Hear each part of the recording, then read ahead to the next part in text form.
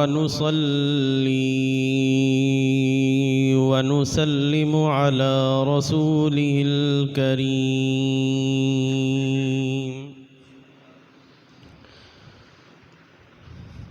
أما بعد فأعوذ بالله من الشيطان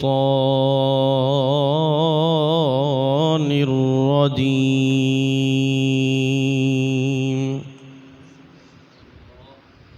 بسم الله الرحمن الرحيم.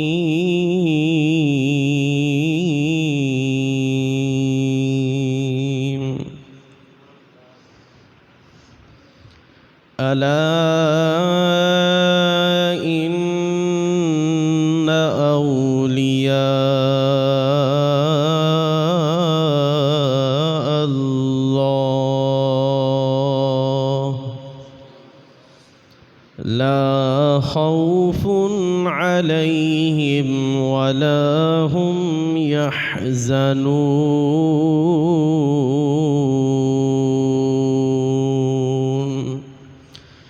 آمنت بالله صدق الله مولانا العظيم وبلغنا رسوله النبي الكريم. قال الله تعالى في شان حبيبه مخبرا وآمرا: إن الله وملائكته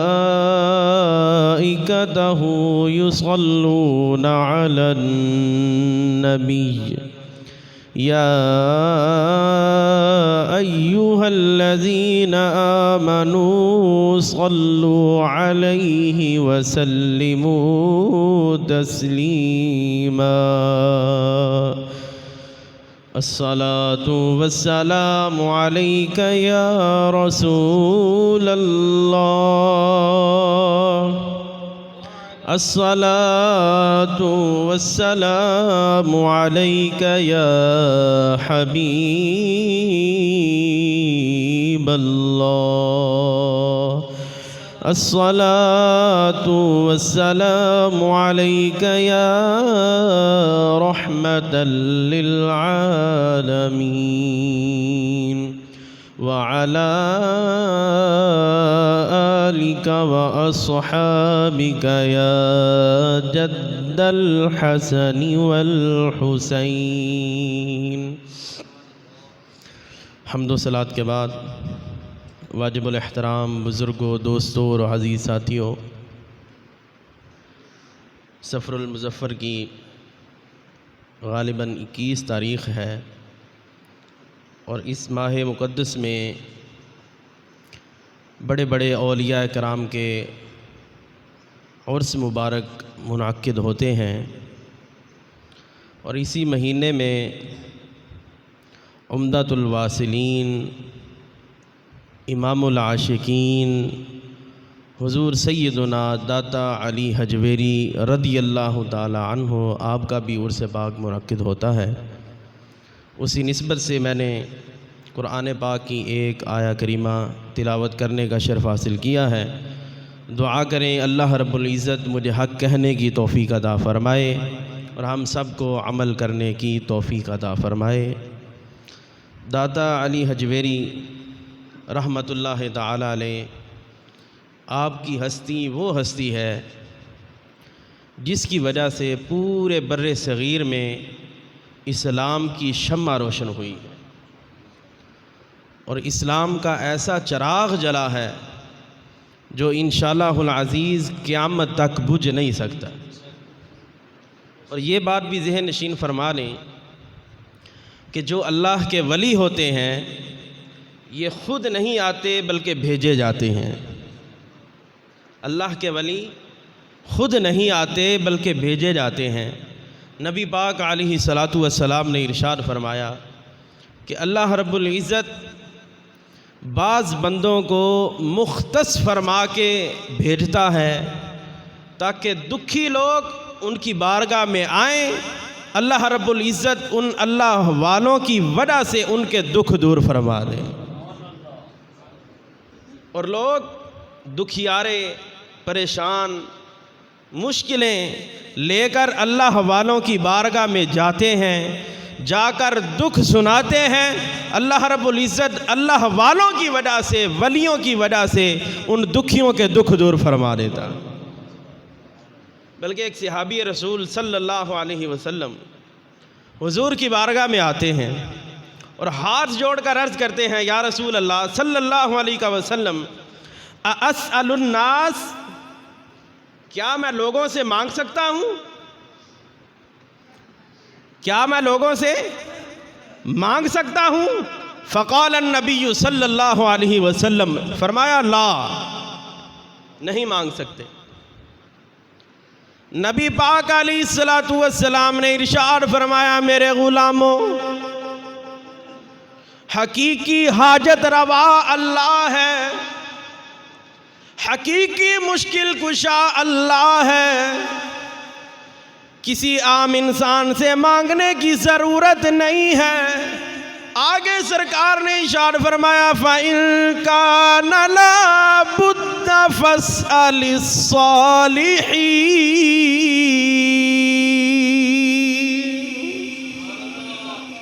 فرمایا میرے غلاموں، حاجت روا اللہ، مشکل کشا اللہ، لیکن اگر کبھی تجھے مجبوری بن جائے تو کسی عام انسان سے نہیں مانگنا، کسی اللہ والے سے مانگنا ہے، اللہ رب العزت تیری مشکلیں آسان فرما دے گا۔ عام انسان سے نہیں مانگنا، فَاسْأَلِ الصَّالِحِينَ، کسی صالح بندے سے مانگنا ہے، اگر مجبوری بن جائے تو کسی ولی سے مانگ لینا۔ تو حضور نے یہ ہمیں درس دیا ہے کہ حقیقی حاجت روا اللہ ہے، مشکلیں حقیقت میں وہی حل فرماتا ہے، لیکن اگر مجبوری بن جائے تو عام بندوں کے پاس نہیں جانا، داتا علی حجویری کے پاس چلے جانا ہے، خواجہ معین الدین کی بارگاہ میں چلے جانا ہے، بابا فرید الدین گنج شکر کی بارگاہ میں چلا جانا ہے، خواجہ نور محمد کی بارگاہ میں چلے جانا ہے۔ اللہ رب العزت ان پاکوں کے صدقے تیری مشکلیں آسان فرمائے گا۔ اور پھر ایک اور حدیث میں سرکار نے فرمایا صلی اللہ علیہ وسلم، سب کہیں صلی اللہ علیہ وسلم، سرکار نے فرمایا، جس محلے میں اللہ کا ولی رہتا ہے، اللہ رب العزت اس بندے کی وجہ سے اس کے قریب قریب رہنے والے 100 گھر والوں سے مشکلیں دور فرما دیتا ہے۔ 100 گھر جو اس کے گھر کے قریب ہوتے ہیں، اللہ رب العزت سب کی مشکلیں دور فرما دیتا ہے۔ کیا شان ہے، کیا مقام ہے۔ یہاں سوال پیدا ہوتا ہے کہ یہ تو ظاہری حیات میں ہے کہ اس کے قریب رہنے والوں کی مشکلیں دور ہوتی ہیں، اگر وہ دنیا سے چلے جائیں تو پھر کیا حالت ہوتی ہے؟ سرکار نے کیا فرمایا؟ فرمایا فَإِن كَانَ بَرْكَةٌ صَالِحِينَ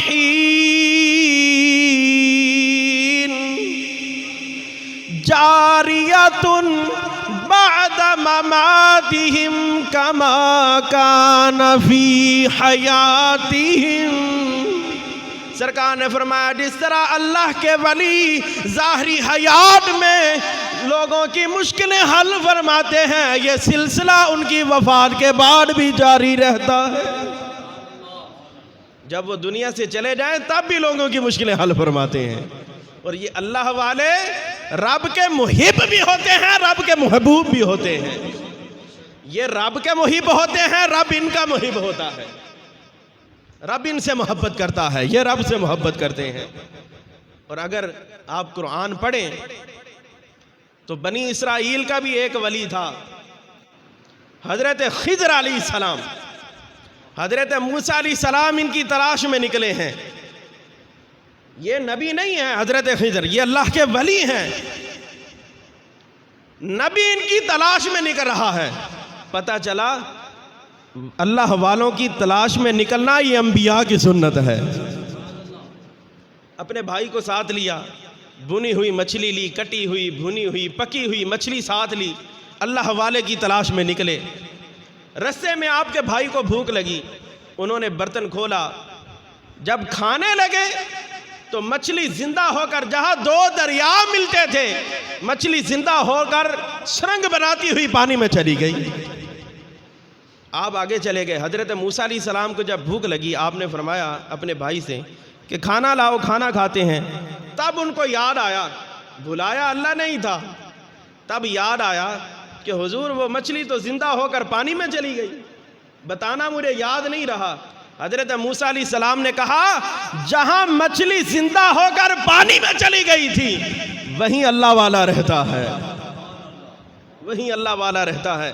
تو پتہ چلا کہ جہاں موت حیات میں بدل جائے وہاں اللہ کے ولی کا قدم ہوتا ہے. اور یہ بھی غور کریں, حضرت خضر علیہ السلام نے مچھلی کو بھونک تو نہیں ماری تھی, کوئی تعویذ تو نہیں دیا تھا, کوئی دم تو نہیں کیا تھا. شان کیا ہے حضرت خضر علیہ السلام کی؟ حضرت خضر علیہ السلام اس پانی سے وضو فرمایا کرتے تھے, اس پانی سے وضو کرتے تھے اور اس جگہ پر اپنی سانس لیا کرتے تھے.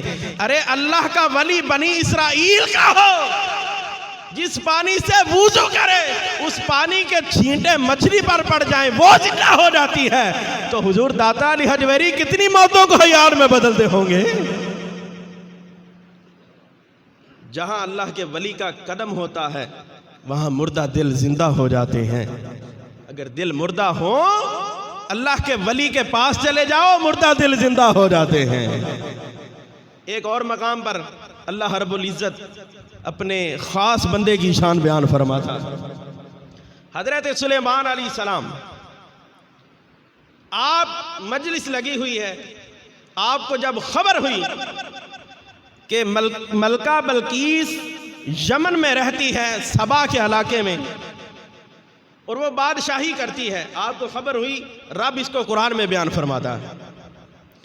فرمایا انی وجدت امرأة تملکہم وأوتیت من کل شیء ولہا عرش عظیم.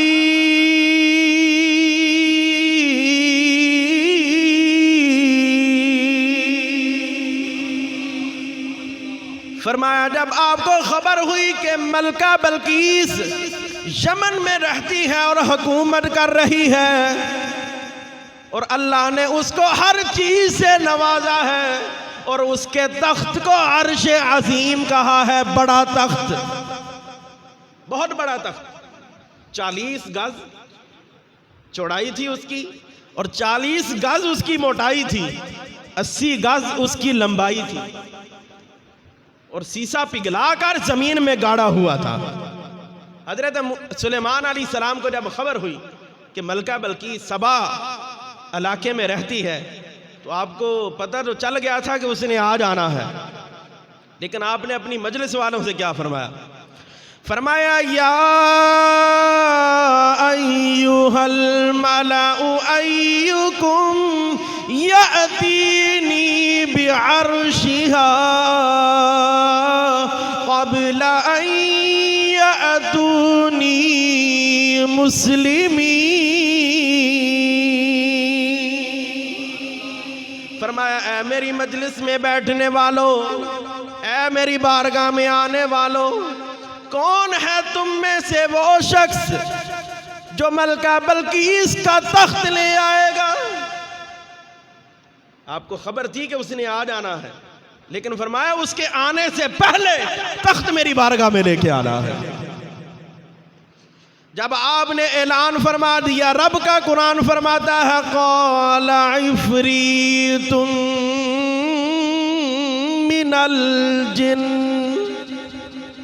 ایک جن کھڑا ہوا, کہنے لگا حضور میں لے کے آتا ہوں. اعلیٰ حضرت نے صرف جن نہیں لکھا, اعلیٰ حضرت نے جب ترجمہ کیا تو فرمایا خبیث جن کھڑا ہوا, خبیث کھڑا ہوا جن. حضور میں لے کے آتا ہوں. فرمایا کتنی دیر میں؟ کہنے لگا قبل ان تقوم من مقامک. حضور آپ ادھر تشریف فرما ہے, جب آپ کی مجلس برخاست ہوگی آپ کا تخت پہلے آ جائے گا ملکہ کا. آپ نے فرمایا بیٹھ جا.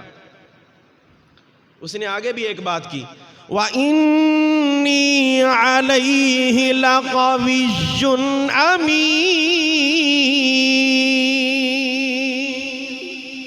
حضور میں تخت لانے کی طاقت بھی رکھتا ہوں اور امانت میں خیانت بھی نہیں کروں گا۔ اس کا کیا مطلب ہے کہ اس کا جو تخت تھا وہ ہیرے جواہرات سے مزین تھا۔ اس نے کہا میں چوری نہیں کروں گا، جس طرح تخت ہوگا ویسا ہی لا کر آپ کی بارگاہ پیش کروں گا۔ آپ نے فرمایا بیٹھ جا، اس سے پہلے چاہیے۔ اب دیکھیں اس نے کتنا وقت مانگا۔ تخت ملکہ کا جہاں پڑا ہے 1 مہینے جانے کا سفر ہے، 1 مہینہ آنے کا سفر ہے، 2 مہینے کا سفر ہے۔ اور جن نے کتنا وقت کہا حضور آپ ادھر بیٹھے ہیں، ظہر تک آپ کی مجلس برخاست ہو جاتی تھی، آپ جب اٹھیں گے 3 گھنٹے یا 4 گھنٹے یا 5 گھنٹے میں حضور تخت آپ کی بارگاہ میں آ جائے گا۔ ذرا جن کی طاقت دیکھیں، جن کی طاقت کا کوئی انکار کر سکتا ہے؟ جو اللہ کے ولی کی طاقت کو نہیں مانتے، جن کی طاقت کو وہ بھی مانتے ہیں۔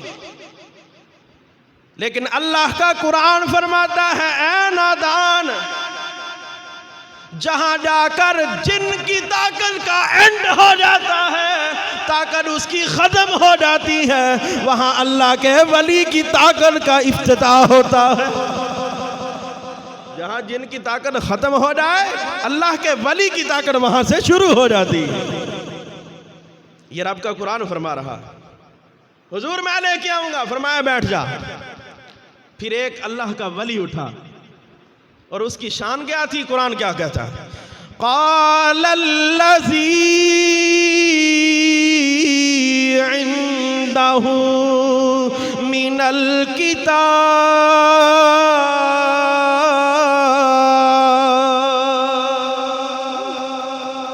اللہ کا ولی اٹھا، حضور میں لے کے آتا ہوں۔ شان اس کی یہ ہے کہ وہ کتاب کا تھوڑا سا علم جانتا ہے۔ الکتاب نہیں کہا، من الکتاب، کتاب میں سے کچھ علم جانتا ہے، پوری کتاب نہیں، کتاب میں سے کچھ علم جانتا ہے۔ آپ نے فرمایا انا آتیک بہ، اور تو کتنی دیر چلے آوے گا؟ اس نے کہا قبل ان یردد الیک طرفک۔ حضور طبع کے مطابق عادتاً جس طرح آپ اپنی پلک جھپکتے ہیں، آپ حضور اپنی پلک جھپکیں گے، آپ کی اوپر والی پلک نچلی پلک سے بعد میں ملے گی، ملکہ کا تخت پہلے آ جائے گا۔ کتنی دیر لگتی ہے؟ قرآن کہتا ہے ان یرتد الیک طرفک، حضور آپ کی اوپر والی پلک نچلی پلک سے مل کے جدا ہوگی، تخت آیا ہے۔ کیا شان ہے اللہ کے ولی کی۔ حضور اچھا اس نے یہ نہیں کہا حضور تسی اکھاں بند کرو تخت آ جائے گا، نہیں، آپ کی پلک بعد میں کھلے گی، تخت پہلے آ جائے گا۔ کیوں؟ وہ بتانا چاہ رہا تھا حضور یہ میرا کمال نہیں ہے، یہ آپ کی نگاہوں کا کمال ہے۔ ارے جس پر سلیمان کی نگاہیں ہوں، وہ اتنی دور سفر کرنے کے بعد ادھر بیٹھا بھی رہا، ادھر تخت لینے بھی چلا گیا ہے، ادھر بھی بیٹھا ہے، ادھر بھی۔ جس پر سلیمان کی نگاہیں ہوں وہ اتنی دور سے تخت لے آتا ہے، تو جس پہ محمد عربی کی نگاہیں ہوں۔ اس لیے علامہ اقبال، ڈاکٹر علامہ اقبال فرماتے نگاہ ولی میں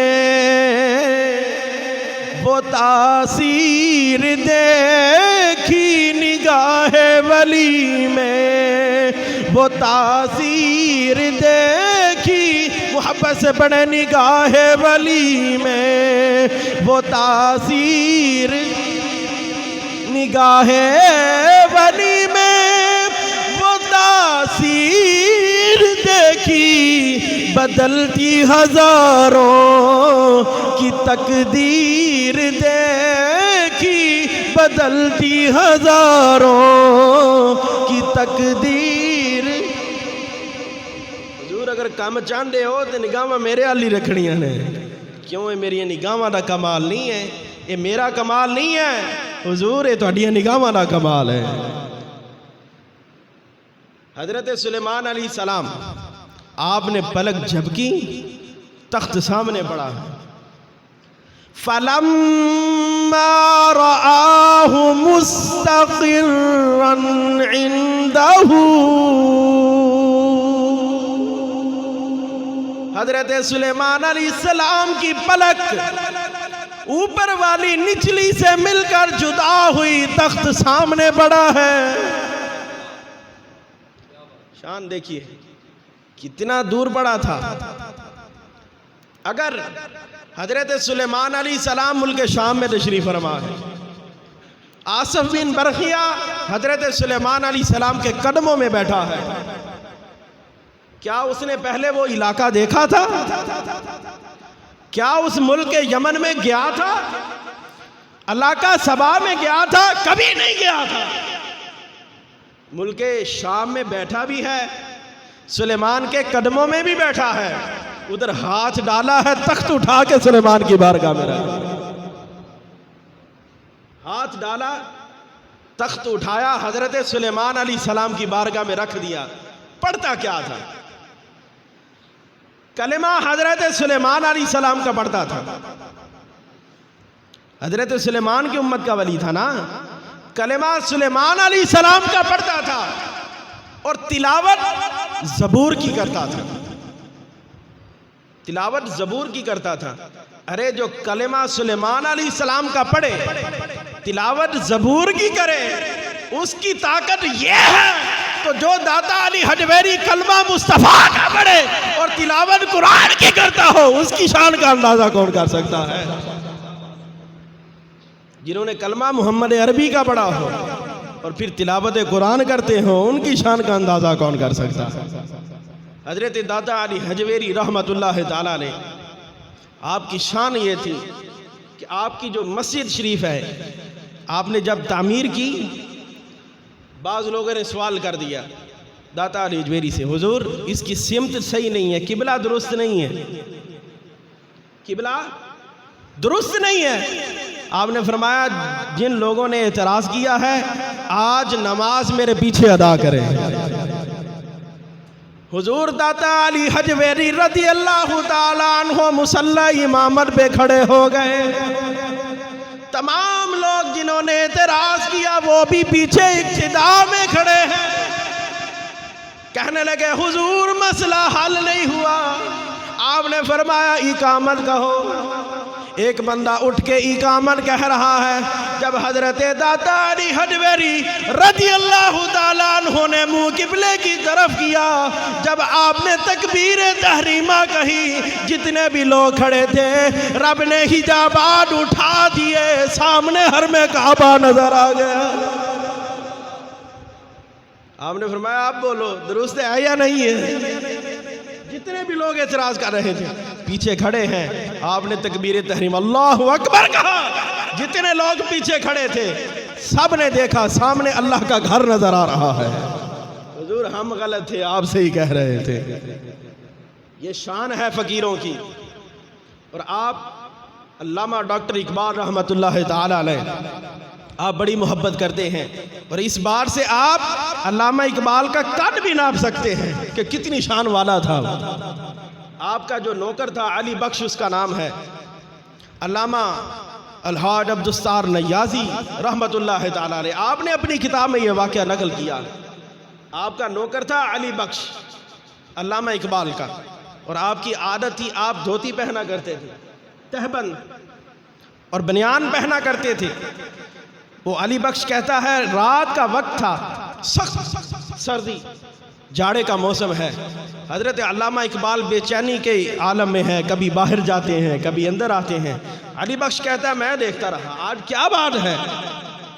اور علامہ اقبال کا یہ مزاج تھا کہ اگر کوئی بڑے سے بڑا سلطان ہی کیوں نہ آ گیا ہو، حضرت علامہ اقبال نے کبھی باہر جا کر استقبال نہیں کیا تھا، اتنی خودی تھی، اندر بیٹھے رہتے تھے۔ علی بخش کہتا ہے اس رات کبھی اندر جاتے ہیں کبھی باہر آتے ہیں، میں دیکھتا رہا کچھ دیر گزری، حضرت علامہ اقبال باہر نکلے، ایک نورانی صورت والا بزرگ آیا ہے، بزرگ جب سامنے آیا، حضرت ڈاکٹر علامہ اقبال رحمت اللہ تعالیٰ علیہ، آپ نے قدموں کو بھی ہاتھ لگایا اور ہاتھ چومے اور پکڑ کر اندر لے آئے، لا کر ادباً بٹھا دیا اور سامنے دو زانو ہو کر بیٹھ گئے۔ حضرت علامہ اقبال نے اس بزرگ سے کہا، حضور کیا پسند فرمائیں گے؟ سردی کا موسم، تہجد کا وقت۔ وہ بزرگ کہنے لگے علامہ اقبال سے، مجھے لسی پلاؤ، سردیوں میں لسی اور تہجد کے وقت سخت جاڑے کا موسم، لسی پلاؤ، چاہ شریف نہیں، لسی پلاؤ۔ علی بخش کہتا ہے علامہ اقبال نے کہا جا علی بخشا لے کے آ لسی۔ کہنے لگے ایک باری تو میں سوچا بھی رات دا ٹائم نہ کوئی دکان کھلی ہونی ہے تے اس ٹائم لسی بنانا بھی کون ہوئے گا ایہو جی سردی دے وچ، لیکن علامہ اقبال دا حکم سی، نوکری تو کرنی سی۔ علی بخش کہتا ہے جب میں باہر آیا، بازار لگا ہوا ہے اور سجا ہوا ہے، ایک سفید ریش بزرگ بیٹھے ہیں اور تازہ لسی بنا رہے ہیں، کہے نا سبحان اللہ، یہ اللہ کے ولیوں کی شان ہے۔ تازہ لسی، تازہ ریڑ کا بنا رہے ہیں۔ میں نے کہا حضور لسی دیں، انہوں نے برتن میں لسی ڈالی، میں نے جب پیسے نکال کے دینے لگا تو اس بزرگ نے کہا جا علی بخشا ساڈا علامہ اقبال نال کھاتا چلتا رہتا ہے، ساڈا وہ نال کھاتا چلتا رہتا، تو جا۔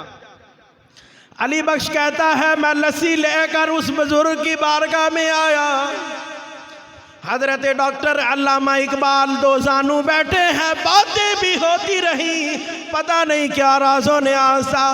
جب باتیں ہو گئیں علامہ اقبال اس بزرگ کو باہر چھوڑ کر آئے، پھر آ کر بیٹھ گئے۔ اب مجھ میں ہمت نہیں پوچھوں حضور وہ بزرگ کون تھے، ہمت نہیں ہو رہی۔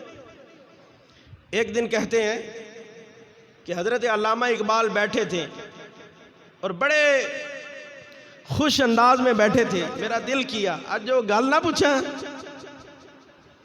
اور آپ کی ٹانگیں دباتے دباتے علی بخش کہتا ہے حضور ایک گل تو دسو، وہ جیڑی سردیاں دی رات سی، ایک رات جو تسی بے چین جیسی تے میں لسی بھی لے کے آیا سی تے او بزرگ کون سی، دسو نہ ذرا نا۔ آپ نے فرمایا علی بخشا جتھے تک ہے نا اتھوں تک ہی رہ، بہتا راز و نیاز آلنا، وہ میرا اور ان بزرگوں کا معاملہ تھا۔